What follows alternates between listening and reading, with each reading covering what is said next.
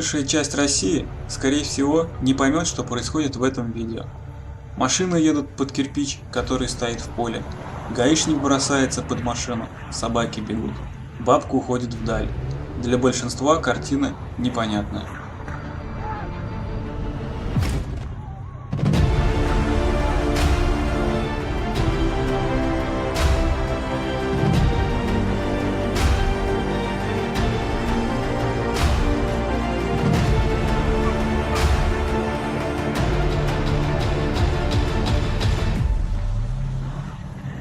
Попробую объяснить. Мы живем в городе Якутске на правом берегу реки Лена. Чтобы нам выбраться на материк, неважно куда, будь то Москва или Владивосток, Иркутск или Питер, нам необходимо переехать на другую сторону реки.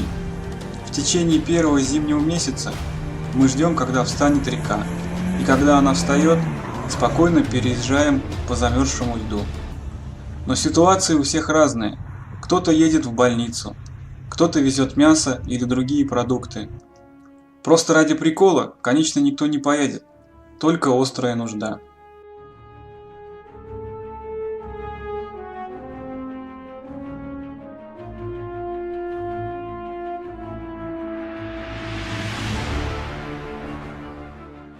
Мы не Африка и Венесуэла, нам никто не поможет, и мы это поняли давно.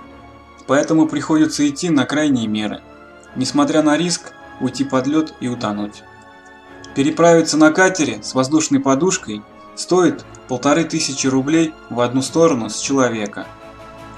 Но это судно может взять на борт за раз максимум 20 человек, а в сутки получается 5-6 рейсов.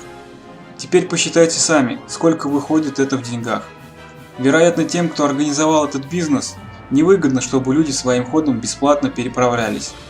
Поэтому предположим, что они подкупили ГИБДДшников, чтобы те не пускали машины. А вы думали, он что, с головой не дружит, чтобы таранить своим телом машины? Или штраф за ремень выписать? К сожалению, некоторые готовы идти против своего же народа. А народ из-за отчаяния так и делает. Нас просто загнали в такие условия. Мы не виноваты, что мы стали дикими. Нас такими сделали.